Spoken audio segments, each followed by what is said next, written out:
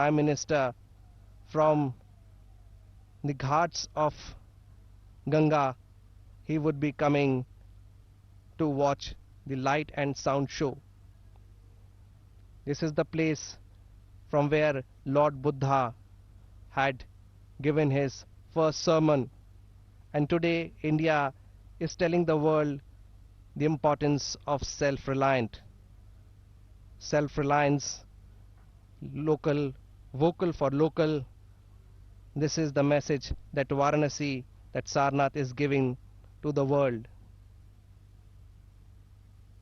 The light and sound show will showcase the life history, the teachings, and the full philosophy of Lord Buddha.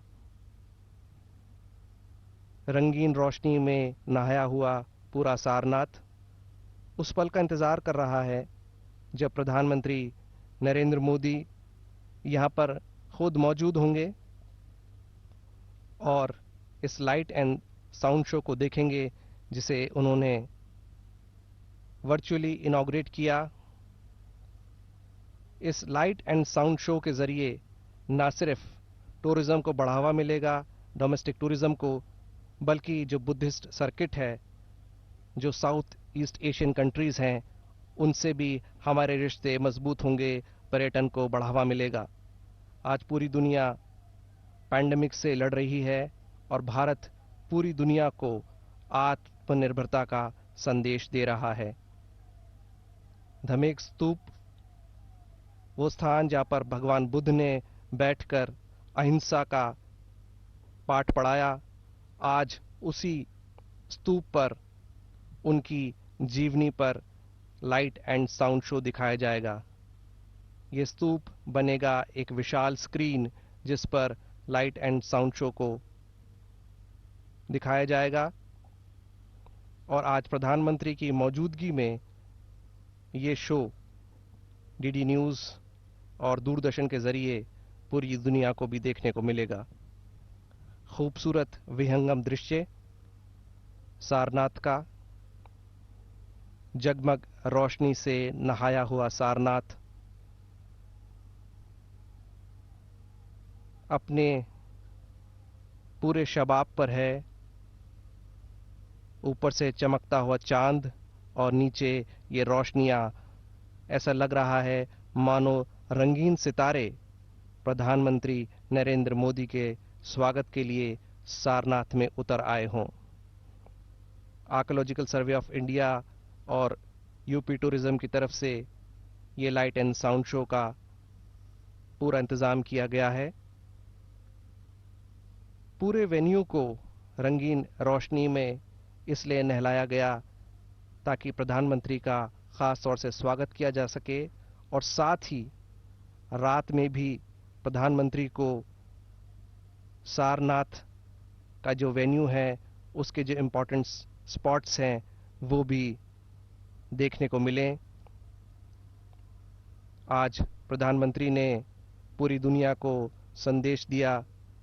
आज गुरु पूर्णिमा भी है और आज गुरु नानक देव जयंती भी है और बोले सो निहाल के नारे के साथ प्रधानमंत्री ने जय घोष किया और अब वो भगवान बुद्ध की शिक्षा, उनकी जीवनी, उनका संदेश ये सुनने और देखने के लिए सारनाथ पहुंचने वाले हैं। धमेक स्तूप वो जगह जहां पर भगवान बुद्ध की यादें हैं। सारनाथ वो जगह जहां भगवान बुद्ध के पदचिन्ह की यादें हैं, जहां कभी भगवान बुद्ध चला करते थे, जहां पर भगवान बुद्ध ने बैठकर पूरी दुनिया को अहिंसा का संदेश दिया।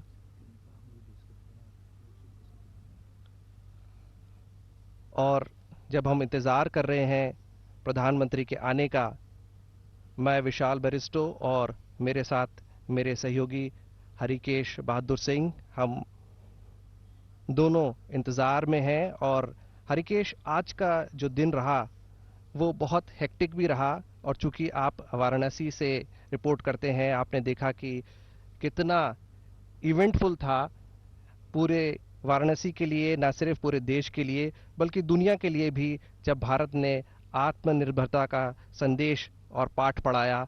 किस तरह से देखते हैं आज आप प्रधानमंत्री के इस विजिट को?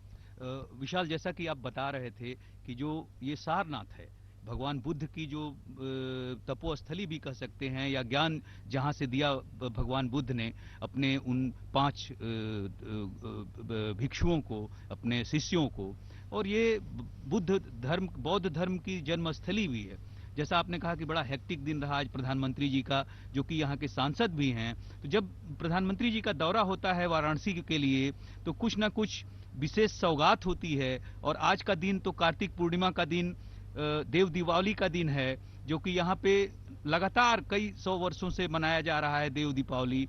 और इसकी धार्मिक मान्यता भी है कि जो देवतागण हैं भगवान बाबा विश्वनाथ की नगरी में, यहाँ पे गंगा के किनारे दीप तो जलाते ही हैं, साथ में वो यहाँ पर उपस्थित भी रहते हैं देव दीपावली के दिन। और यहाँ का जो जनमानस है, चूंकि धार्मिक प्रभाव ज्यादा है, तो लोग इस देव दीपावली में अपने आप से हिस्सा लेते हैं, घाटों पर दीप सजाते हैं, रोशनी करते हैं। इस बार बहुत विशेष है, लोगों में उत्साह है, जो कि दिख रहा था, आज आप भी देख रहे थे। इतना उत्साह है कि उनके अपने सांसद, अपने प्रतिनिधि, देश के प्रधानमंत्री इस देव दीपावली के हिस्सा बने और लोगों को प्रेरित किया कि इस तरह का रोशनी फैलाएं, जिससे लोगों के जिंदगी का जो अंधकार है वो दूर हो। Well, absolutely, Harikesh, because today was a very special day. The mood was quite gloomy because of the pandemic. Then came the Festival of Lights, and the Prime Minister himself reaching the venue, reaching his constituency.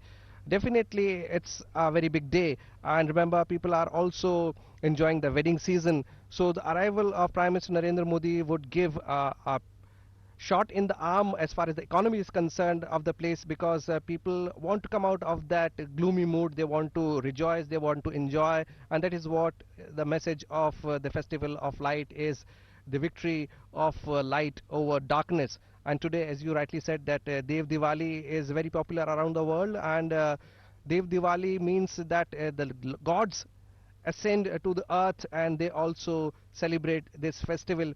So quite a holy and pious occasion for the people of Varanasi, and they all get very excited because when they see the Prime Minister, who also is the Member of Parliament of Varanasi, coming to this place. A lot of preparations were put in place. I've been here for 2-3 days. Of course, you've been here for a very long time, but whenever I come, I see something new, and I see there is a change in the habit of the people. They have become more and more conscious about the cleanliness, because the Prime Minister's slogan, not only of Swachh Bharat, but also of Swasth Bharat. And when it comes to cleanliness, when it comes to Corona, cleanliness plays a big role. And today, when we saw how beautiful the ghats were decorated, what modern facilities have been given to Varanasi. It is not only the road, light, and connectivity, but also when we saw the ghats illuminated, and also the laser show, it gave a lot of positive feeling. What do you think, Harikesh, about it?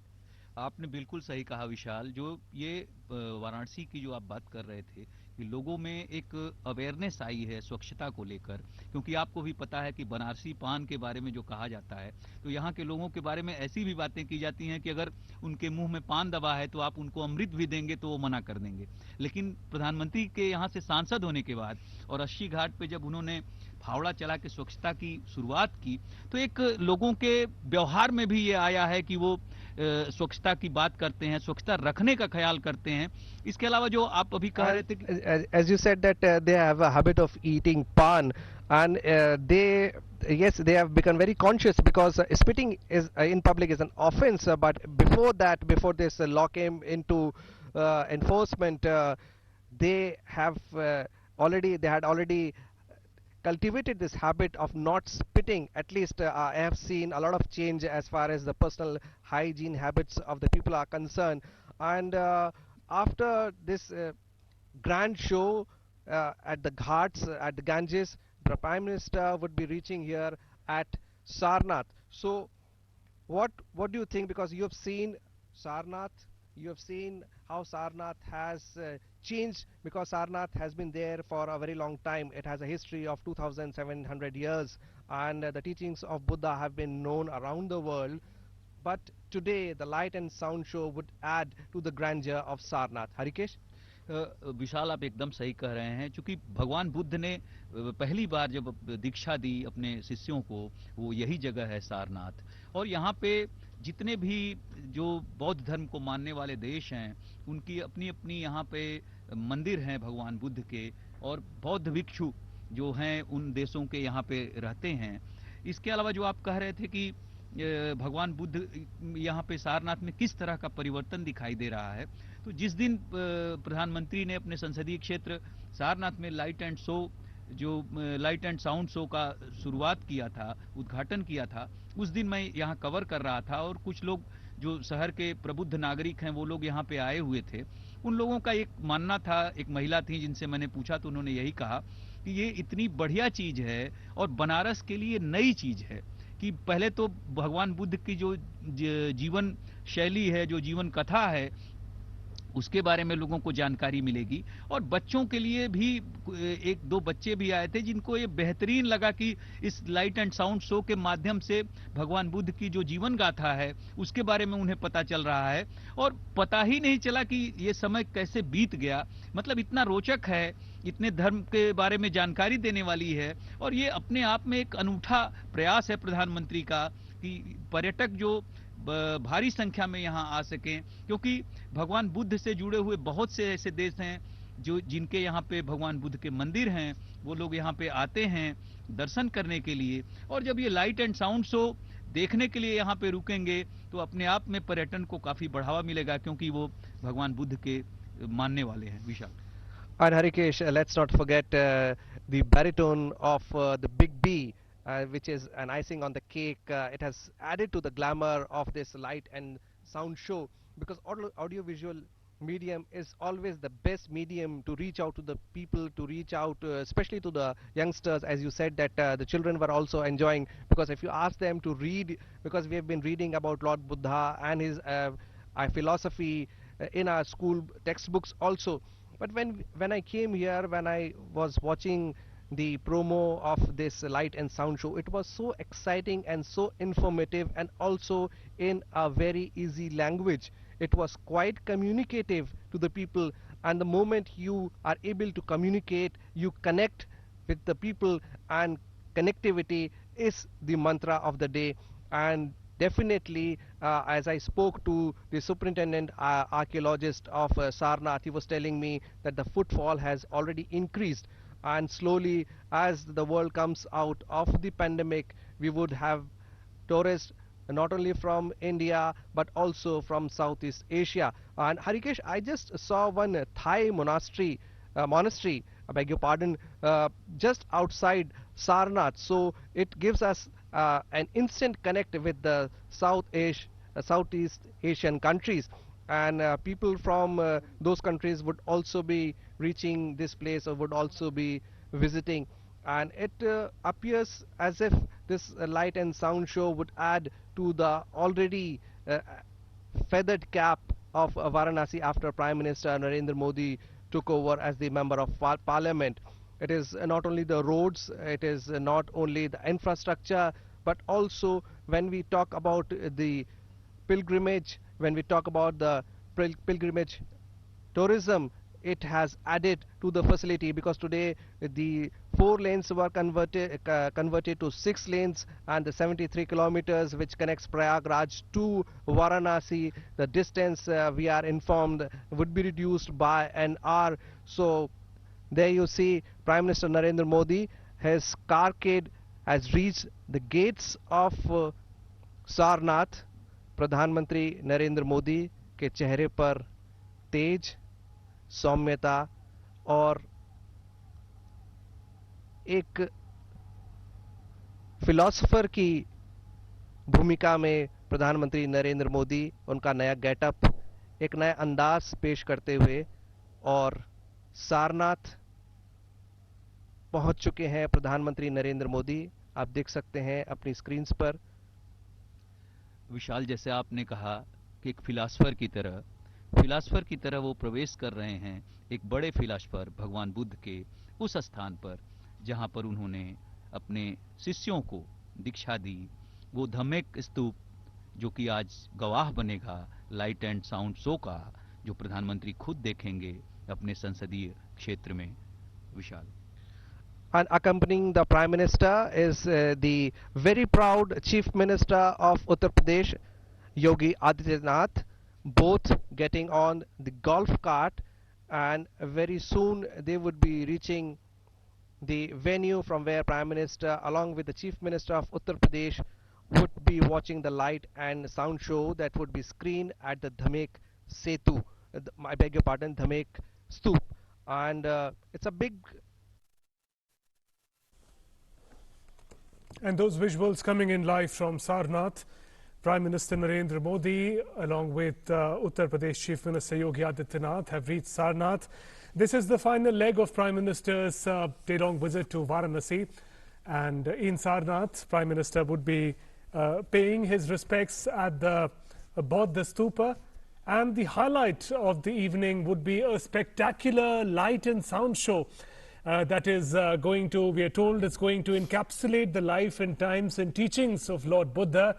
Prime Minister mentioned it earlier as well. So beautifully decked Sarnath. We can see the ancient ruins. We can see the Bodh stupas in the same vicinity. And Prime Minister Narendra Modi just a few minutes ago reaching Sarnath. And these visuals are coming in live from the place, which is a very significant point if we look at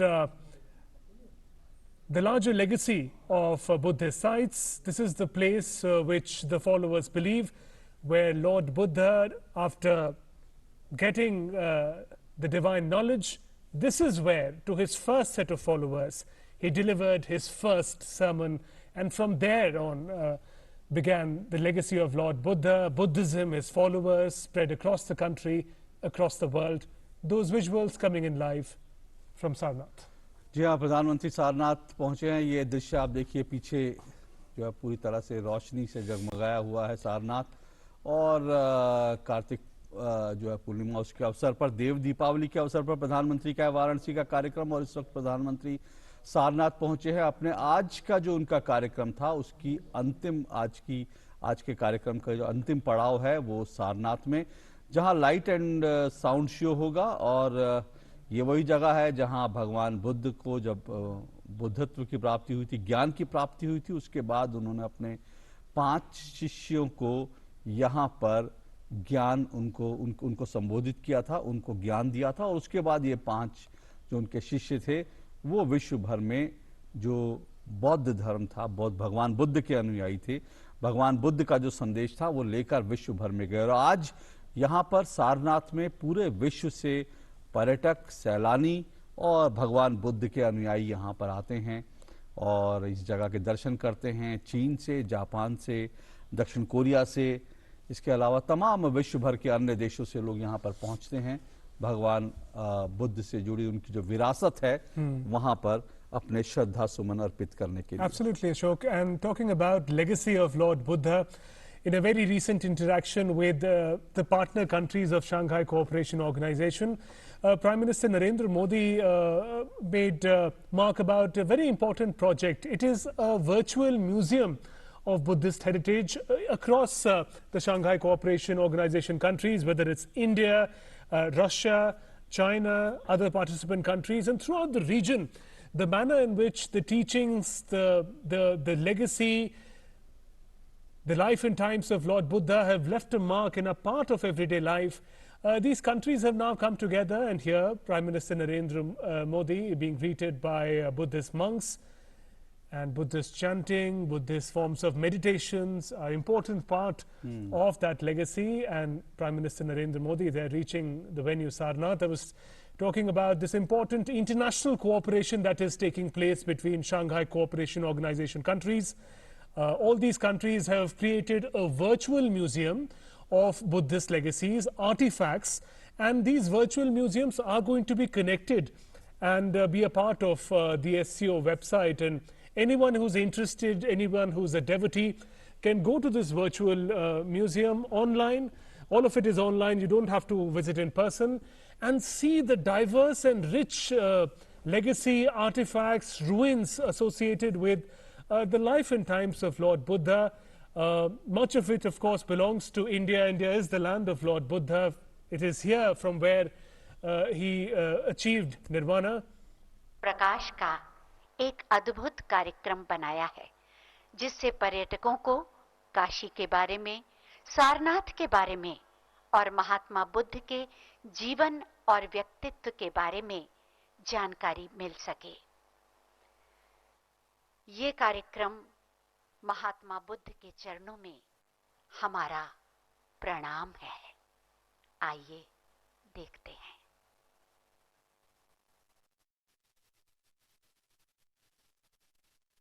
Sarnath में आप सबका स्वागत है।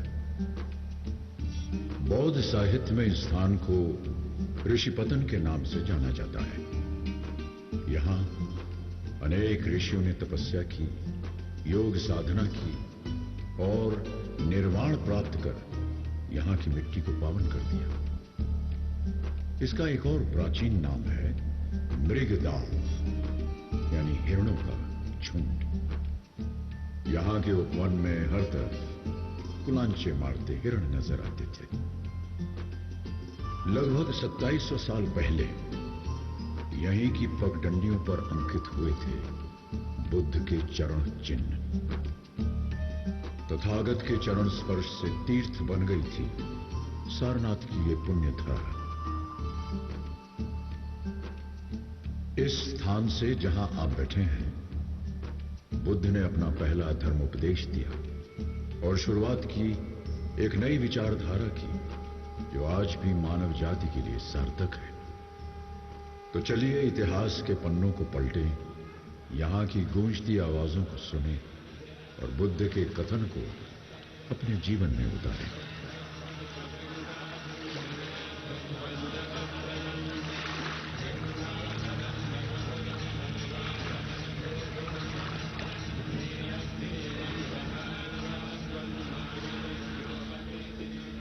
कुछ ही दूर एक शहर है, दुनिया के सबसे प्राचीन शहरों में से एक शहर, जो इतिहास में कई नामों से जाना गया। सबसे पहले काशी, फिर बनारस और अब वाराणसी।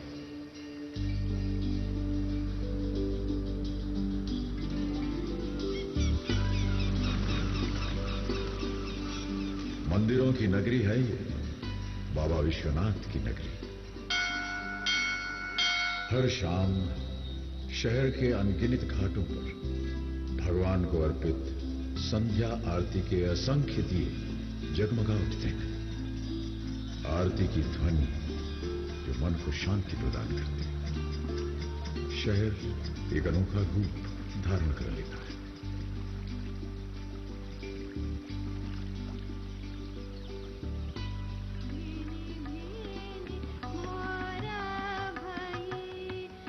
यहां कई प्रसिद्ध संगीतकारों ने जन्म लिया और पले बढ़े।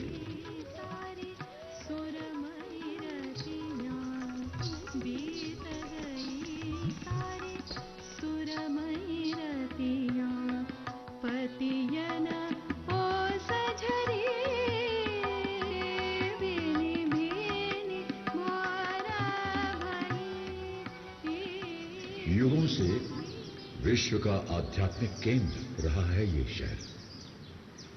1916 में स्थापित बनारस हिंदू विश्वविद्यालय एशिया के सबसे बड़े विश्वविद्यालय के रूप में प्रसिद्ध है। वर्षों से जलती चिता की आग, मणिकर्णिका घाट। मान्यता है यहां पार्थिव शरीर का दाह संस्कार करने से मोक्ष की प्राप्ति होती है। मसाने में होई दिगंबर तेरे, मसाने में होई। महादेव तो रोज यहाँ होली खेलते हैं, रोज होली का दहन होता है।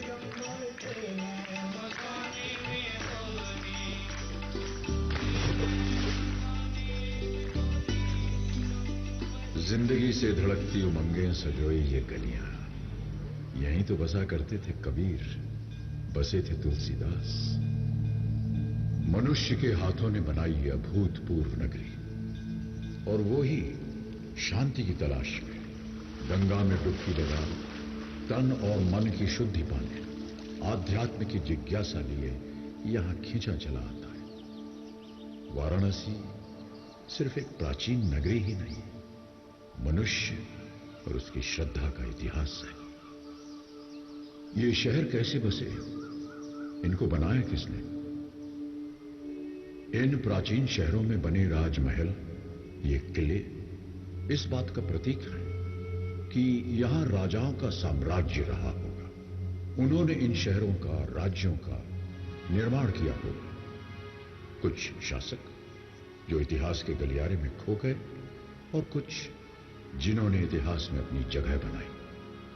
कुछ ऐसे जिन्होंने क्षत्रिय वंश में जन्म तो लिया, लेकिन योद्धा नहीं बने, राज्य की सीमाएं नहीं बढ़ाई। आज आपको सुनाते हैं एक ऐसे राजकुमार की कहानी जो जन्मा तो राजघराने में, लेकिन सुख सुविधा और राजसी जीवन को त्याग आम मनुष्य के जीवन को सुधारने एक आध्यात्मिक पथ पर निकल पड़ा। कई वर्षों पहले एक शासक राजा शुद्धोदन और उनकी रानी माया देवी के परिवार में पुत्र ने जन्म लिया। ये बालक किसी महल में नहीं, बल्कि एक उपवन में पैदा हुआ, लुंबिनी उपवन में। एक राजकुमार ने जन्म लिया। उसके चेहरे पर पड़ रही सूरज की रोशनी उसे एक अलौकिक चमक दे रही थी। शायद ये कोई संकेत था। ग्रहों की स्थिति समझकर ये धारणा भी बनी कि ये बालक या तो एक महान राजा बनेगा या फिर एक आध्यात्मिक गुरु। बालक का नाम सिद्धार्थ रखा गया। राजा शुद्धोदन चाहते थे कि राजकुमार समय आने पर वंश को आगे बढ़ाए और एक महान राजा बने। वो सिद्धार्थ की तकदीर बनाने में लग गए, या उनका ऐसा भ्रम था? समय बीता और सिद्धार्थ 29 साल के हो गए। क्षत्रिय वंश के एक लंबे चौड़े खूबसूरत राजकुमार। वो राजकुमार जिन्होंने अपने जीवन के 29 वर्ष महल की चारदीवारी में हर संभव सुख साधन के साथ व्यतीत किए, बाहर की दुनिया से पूरी तरह अनजान। एक दिन महल के प्राचीर पर खड़े सिद्धार्थ ने नीचे देखा। उन्होंने वो देखा जो आज तक नहीं देखा था, जो शायद उनकी कल्पना से भी परे था। उनके मन में सवाल उठे, वहां क्या है? किस तरह के लोग वहां रहते हैं? किस तरह की चीजें हैं? मैं जानता नहीं, कभी देखा भी नहीं, पर देखना चाहता हूं। एक दिन चुपचाप महल से निकलकर अपने एक साथी के साथ सिद्धार्थ उस नई दुनिया में आए। यहां तो हवा बिल्कुल वैसी है जैसी हवा में हम रोज सांस लेते हैं। पेड़ और फूल भी वैसे ही जैसे महल के बागीचों में है। इस बहते हुए पानी की कलकल, इसका रंग भी बिल्कुल वही। राजकुमार को एक बीमार आदमी दिखाई दिया। सिद्धार्थ विचलित हो गए और अपने मित्र से पूछा, ये आदमी ऐसा क्यों दिख रहा है? राजकुमार, यह आदमी स्वस्थ नहीं है, बीमार है। कुछ आगे बढ़े, उन्होंने एक बूढ़ा आदमी देखा। इस आदमी की ऐसी अवस्था क्यों? इसकी उम्र हो चली है राजकुमार, काफी उम्र हो गई है। आगे जाकर एक व्यक्ति का मृत शरीर देखा। ये व्यक्ति ऐसे क्यों पड़ा है? साथ बैठे लोग ये क्या कर रहे हैं? इस व्यक्ति का जीवन शेष हो गया राजकुमार। साथ बैठे लोग इसके परिवार के सदस्य हैं, शोकाकुल हैं, वेदना में हैं। जिन लोगों को मैं जानता हूं, जो मेरे परिवार के सदस्य हैं, महाराज, मेरे पिता, परिवार के अन्य लोग, वो मेरे दोस्त जिनके साथ मैं बड़ा हुआ हूं, क्या सभी के साथ यही होगा? सबके साथ? राजकुमार, बुढ़ापा तो सब पर आएगा। हम सभी कभी न कभी बीमार भी होंगे और हम सभी को मृत्यु भी प्राप्त होगी। महल के अंदर की दुनिया उन सच्चाइयों से परे थी जिनसे सिद्धार्थ का आज सामना हुआ था। उनकी दुनिया आज टूटकर बिखर गई। वो शोक में डूब गए। वो उन सभी दृश्यों के जवाब चाहते थे जो उन्होंने महल के बाहर देखे थे। उन्हें इस बात का आभास हुआ कि अभी तो बहुत कुछ देखना है, समझना है, जानना है। उनके मन की आवाज उन्हें बार बार कचोट रही थी कि वो उन सच्चाइयों के महज गूंगे दर्शक बनकर नहीं रह सकते। उन्हें उस सच्चाई को खोजना था जिनमें जीवन के जवाब छिपे थे। उस दिन के बाद सिद्धार्थ चुपचाप कई बार महल की सीमा के बाहर निकले, सच्चाई की तलाश में। उन्हें जवाब चाहिए थे। अपनी ऐसी ही एक यात्रा के दौरान सिद्धार्थ ने एक साधक को देखा जो गहरे ध्यान में लीन थे। उसकी आंखें धीरे से खुली और सिद्धार्थ की आंखों से मिली। उनके विचार जुड़े। सिद्धार्थ को उसी क्षण एहसास हुआ कि जो उत्तर वो बाहर खोज रहे थे वो तो उनके भीतर ही थे, उनके स्वयं के अंदर। उनका निश्चय आकार लेने लगा। अगर आसपास के लोगों को उनके दुख दर्द समझाने में मदद करनी है तो उन्हें स्वयं इस पहलू को समझना पड़ेगा, अन्यथा उनका अपना जीवन अधूरा रहेगा। उन्हें इस बात का एहसास हुआ कि सांसारिक गतिविधियों में लिप्त रहकर सच्चाई की खोज की यात्रा शुरू न हो सकेगी। उन्हें अपने वर्तमान जीवन की सुख सुविधाओं को, रिश्तों को, महल की चार दीवारी को त्यागना होगा। एक रात सिद्धार्थ चुपचाप अपनी पत्नी, पुत्र और महल को छोड़कर विलासिता और सुखों से भरे जीवन को त्याग कर एक साधक बन गए।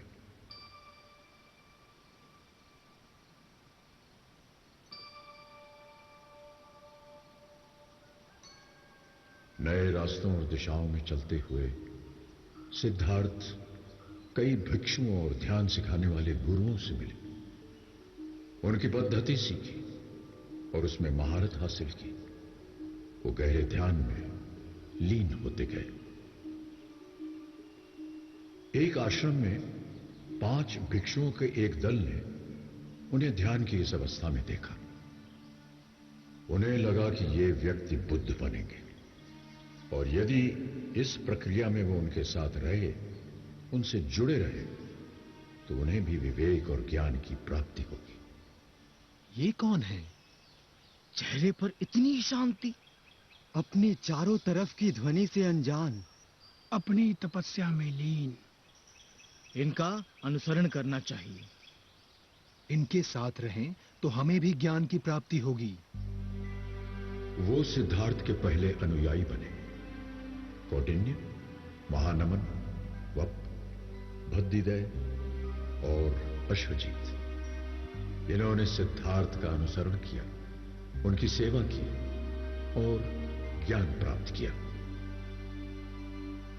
सिद्धार्थ की साधना चलती रही, लेकिन लगभग 6 वर्ष के बाद भी उन्हें अपने प्रश्नों का जवाब नहीं मिला। उनको एहसास हुआ कि मंजिल बहुत दूर है और समय एकमात्र जीवन काल है।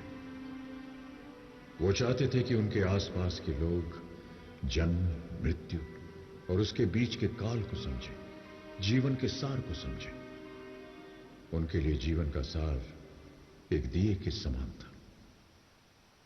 अगर हम एक दिया जलाते हैं तो कुछ समय पश्चात वो बुझ जाता है, पर अगर हम एक दिए से अनेकों दिए जलाएं तो चारों ओर इतना प्रकाश फैल जाएगा कि प्रकाश सीमित नहीं रहेगा, वो औरों का जीवन भी रोशनी से भर देगा। सिद्धार्थ मानते थे कि बाहर के युद्ध को जीतने से बेहतर है भीतर के युद्ध को पहले जीता जाए। एक बार यदि मन की शांति प्राप्त हो जाए तो उसे कोई चुरा नहीं सकता। वैसे ही हमारे भीतर का आनंद, जो परछाई बनकर हमारे साथ रहता है, हमें कभी नहीं छोड़ता।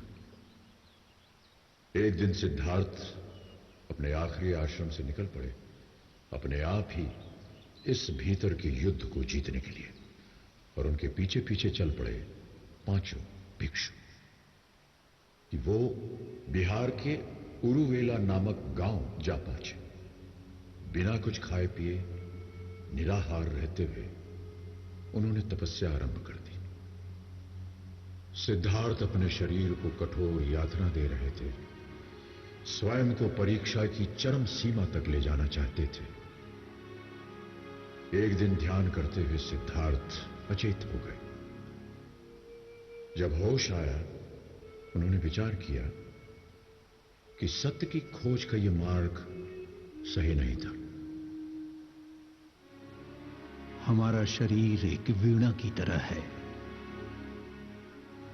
यदि वीणा के तार ढीले छोड़ दिए जाएं, तो कोई स्वर नहीं निकलेगा, और यदि वीणा के तारों को कसते कसते ऐंठ दिया जाए तो टूट जाएंगे तार।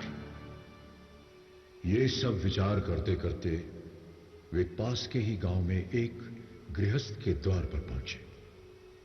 वहां पहुंचकर क्षीण कंठ से उन्होंने पुकार लगाई, भिक्षाम देहि। सिद्धार्थ का ये रूप देखकर पांचों अनुयायियों को लगा उनके साथ धोखा हुआ है। ये तो अपनी तपस्या छोड़ भिक्षा मांग रहे हैं। अपना ध्यान तोड़ दिया। ये कैसे सन्यासी हैं? जो अपने मार्ग से भटक जाए वो हमें क्या ज्ञान देंगे? हमें अपना मार्ग ढूंढना होगा, अपना पथ, वरना हम भी भटक जाएंगे। यही सोचकर उन्होंने सिद्धार्थ का साथ छोड़ दिया। और उधर सिद्धार्थ ने निरंजना नदी के किनारे एक पीपल के पेड़ के नीचे अपनी तपस्या और साधना का क्रम दृढ़ संकल्प से शुरू किया। चाहे काया कंकाल हो जाए, शरीर का खून सूख जाए, जब तक ज्ञान की प्राप्ति नहीं होगी, मैं इस स्थान से नहीं उठूंगा। अंततः लगभग 40 दिन बाद पूर्णिमा के दिन सिद्धार्थ के रूपांतरण का क्षण आ ही गया। उन्हें आत्मज्ञान प्राप्त हुआ। वे बुद्ध कहलाए। वो पीपल का वृक्ष आज बोधि वृक्ष के नाम से और स्थान बोध गया के नाम से जाना जाता है। बुद्ध सोचने लगे कि वो इस अलौकिक ज्ञान का प्रसार कैसे करें। कौन उनके इस ज्ञान को समझने के लिए पूर्ण तैयार है। उनका ध्यान उन 5 भिक्षुओं पर गया जो उन्हें छोड़कर जा चुके थे। बुद्ध निकल पड़े सारनाथ की ओर। यात्रा और ध्यान करते हुए बुद्ध सारनाथ पहुंचे। बुद्ध के कदम रखते ही वहां का सारा वातावरण मानो निशब्द हो गया। जो बुद्ध को साधना भ्रष्ट समझते थे, वो बुद्ध के चमकते चेहरे की अनोखी आभा देखकर विनम्र हो गए। कौटिन्य, महानमन, वक्त, भक्तिदय और अश्वजीत। बुद्ध अपने इन 5 पुराने शिष्यों को उस स्थान पर मिले जो आज चौखंडी स्तूप कहलाता है। उन 5 भिक्षुओं को एहसास हुआ कि बुद्ध के कृतियों को गलत समझना उनकी एक भारी भूल थी। उन्होंने बुद्ध के चरण पखारे और उनका आदर सत्कार किया। बुद्ध मुस्कुराए और अपने शिष्यों की जिज्ञासा भांपकर अपना पहला धर्मोपदेश देने के लिए इस परिसर के उस स्थान पर बैठे जिसे आज हम धम्मेक स्तूप के नाम से जानते हैं। अपने आध्यात्मिक यात्रा के दौरान मैंने जीवन के 4 सत्यों का अनुभव किया।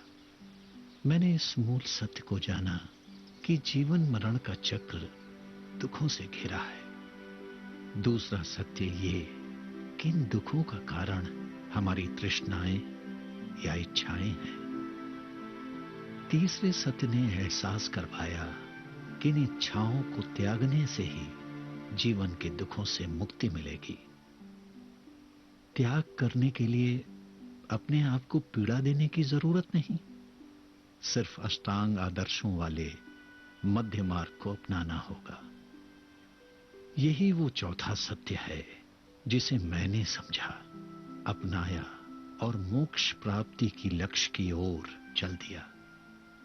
बुद्ध कुछ दिन यही मूल गंधकुटी विहार में रहे। बुद्ध की शिक्षा बहुत साधारण थी। वे जीवन की तमाम समस्याओं को बड़े साधारण तरीके से सुलझाते थे। एक बार एक औरत अपने बेटे का मृत शरीर लेकर उनके पास आई और बोली, इसे जीवित कर दीजिए प्रभु, मेरे पुत्र को जीवित कर दीजिए, जीवित कर दीजिए। अवश्य कर दूंगा, पर इसे जीवित करने के लिए किसी एक ऐसे घर से सरसों के दाने लाने होंगे जहां कभी किसी की मृत्यु ना हुई हो। यह संभव नहीं था, क्योंकि मृत्यु जीवन का एक ऐसा सत्य है जिससे कोई बच नहीं सकता। यह बात औरत को समझने में देर नहीं लगी। एक बार एक किसान उन पर गालियां बरसाने लगा। थोड़ी देर बाद किसान थक गया, पर बुद्ध न तो विचलित हुए न ही नाराज। किसान रोने लगा और उनसे पूछा, मैं इतनी देर से तुम्हें गालियां दे रहा हूं, तुम्हें क्रोध नहीं आया? मेरे भाई, मैंने तुम्हारी गालियां स्वीकार कहां की? वो तो तुम्हारे पास ही हैं, तो मुझे क्रोध क्यों आएगा? क्रोध हमारा नहीं है, यह हमारी कोई मदद नहीं करता। यह हमारे मन की शांति नष्ट कर देता है। हमारे अंदर विचारों का, भावनाओं का कितना ही तेज मंथन हो, इसके स्थिर होने पर पता चलेगा कि पीछे एक ठहराव है, एक अलौकिक शांति।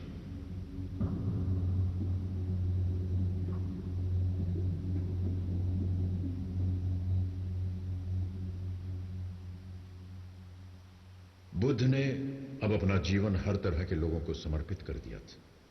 राजाओं, दासियों, सैनिकों, साधारण लोगों। उन्हें लगता था ये सब आत्माएं उस मटमैले पानी की तरह हैं जिनके नीचे व्याप्त शांति है, मगर वो सब उससे अनजान है। एक तालाब में जहां लोग स्नान करते हैं, अपने वस्त्र धोते हैं, तो तालाब का पानी कैसा दिखता है? गंदा दिखता है। पर क्या तालाब का पानी गंदा है? नहीं, पानी गंदा नहीं है। पानी को थोड़े समय के लिए विचलित न करें, उसे शांत रहने दें, तो सारी गंदगी थोड़ी देर में तालाब के तल में बैठ जाएगी और पानी पुनः अपने वास्तविक रूप में दिखाई देगा, शांत और स्वच्छ। बुद्ध ने संघ की स्थापना की और अपने पहले 60 भिक्षुओं को देश की अलग अलग दिशाओं में भेजा, ताकि वो लोगों से मिले और बुद्ध के विचारों को जन समूह तक पहुंचाए। बुद्ध एक और लंबी यात्रा पर आगे बढ़ चले। उनका लक्ष्य लोगों तक पहुंचना और अपने उपदेशों द्वारा उन्हें जीवन को सही तरह से जीने की राह दिखाना। शासकों का नाम उनके शासनकाल से, उनकी जागीर से जाना जाता है। किसका कितना बड़ा साम्राज्य था, किसने कितने समय तक राज किया और कैसा राज किया। ईस्वी पूर्व 3री शताब्दी में मौर्यकालीन शासक थे सम्राट अशोक। उन्होंने कलिंग साम्राज्य के साथ युद्ध छेड़ा और विजय प्राप्त की। लेकिन युद्ध के बाद जब उन्होंने चारों तरफ विनाश देखा, उनका दिल पश्चाताप से कुंठित हो गया।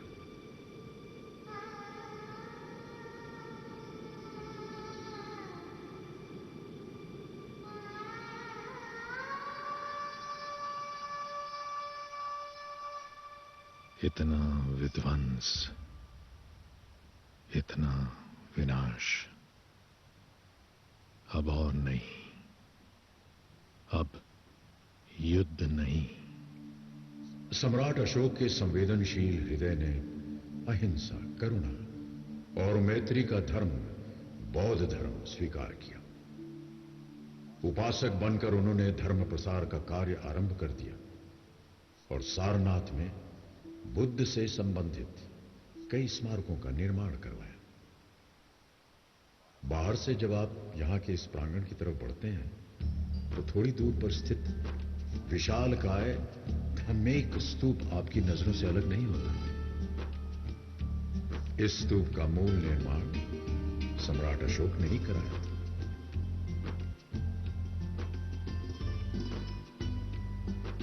सारनाथ में एक विशाल स्तंभ के कुछ अंश आज भी हैं, जिसे सम्राट अशोक ने बनवाया था। इस स्तंभ के ऊपर सम्राट का राज चिन्ह चतुर्भुज सिंह और धर्म चक्र बना हुआ था, जो आज भारत का राष्ट्र चिन्ह बन गया है। सम्राट अशोक ने धर्मराज का स्तूप और बौद्ध भिक्षुओं के रहने के लिए विहारों का निर्माण करवाया। सारनाथ में बुद्ध के निवास स्थल मूल गंधकुटी विहारा बनवाकर उन्होंने बुद्ध के प्रति अपनी श्रद्धा अर्पित की। बुद्ध थे तो एक आम मनुष्य, जो युवराज के रूप में पैदा हुए, अपने आसपास के जीवन को देखा, दुख दर्द को देखा और एक लंबी यात्रा पर निकल पड़ा। उनकी देशना, उनके वचन हमारे वर्तमान दौर में और भी सार्थक है। सारनाथ भारत का एक बौद्ध तीर्थ है, बौद्ध धर्म का संपूर्ण संसार है। बुद्ध के चरणों की कंपन, उनके वाणी की गूंज मानो आज भी यहां के स्तूप, अशोक स्तंभ और विहारों के अवशेषों में बसी हुई है। विश्व का गौरव, संस्कृति का सार, सारनाथ।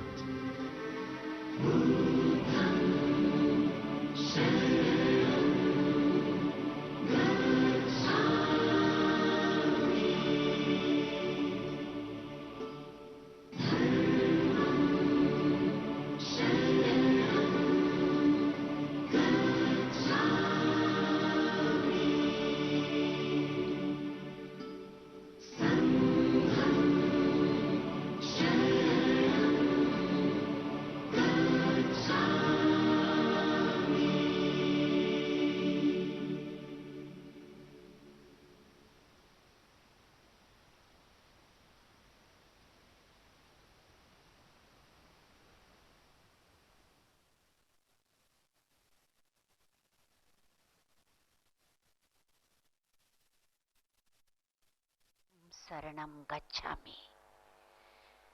ये ध्वनि अभी भी चारों ओर गूंज रही है। एक अलौकिक शांति विस्तार पा चुकी है। माननीय प्रधानमंत्री महोदय के साथ इस अद्भुत कार्यक्रम को देखना अपने आप में एक दिव्य अनुभव था, जो आज की इस कार्तिक पूर्णिमा को अनमोल बना गया। इसी के साथ ये आयोजन अब संपन्न होता है। हम बहुत बहुत आभारी हैं माननीय प्रधानमंत्री जी के, जिनकी प्रेरणा से सदैव बेहतर करने का मार्ग प्रशस्त होता है, बल और साहस मिलता है। बहुत बहुत आभार माननीय प्रधानमंत्री जी आपका।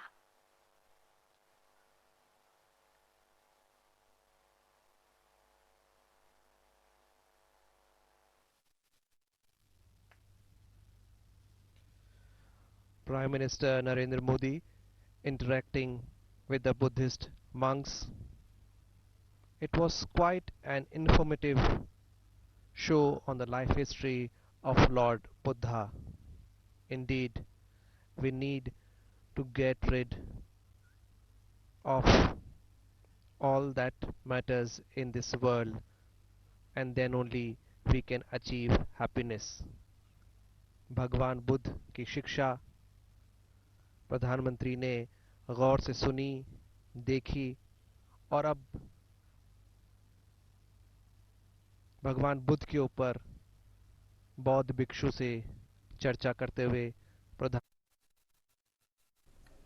And those visuals coming in live from Sarnath after the spectacular light and sound show depicting the life and times of Gautam Buddha, Prime Minister Narendra Modi interacting with the senior monks, Buddhist monks in Sarnath.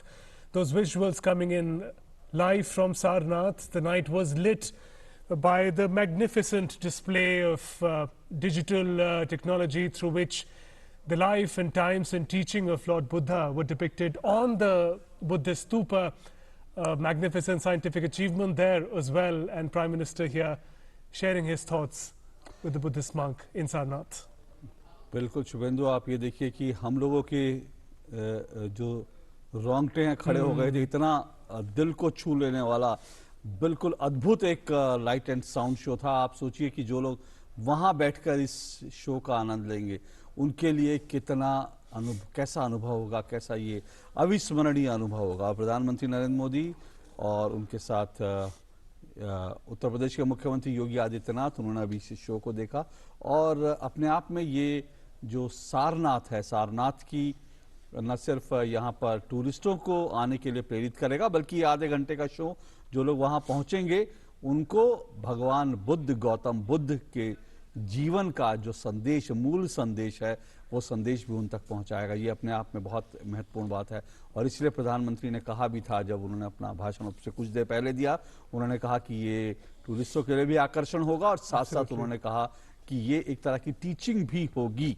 सिर्फ आधे घंटे में और भगवान बुद्ध के जो जीवन के जो सार है वो आपके सामने, और सारनाथ का जो महत्व है वो भी आप समझ सकेंगे इस लाइट एंड शो को देखकर। Absolutely, there Prime Minister Narendra Modi sharing his greetings with the monks present at the venue at Sarnath.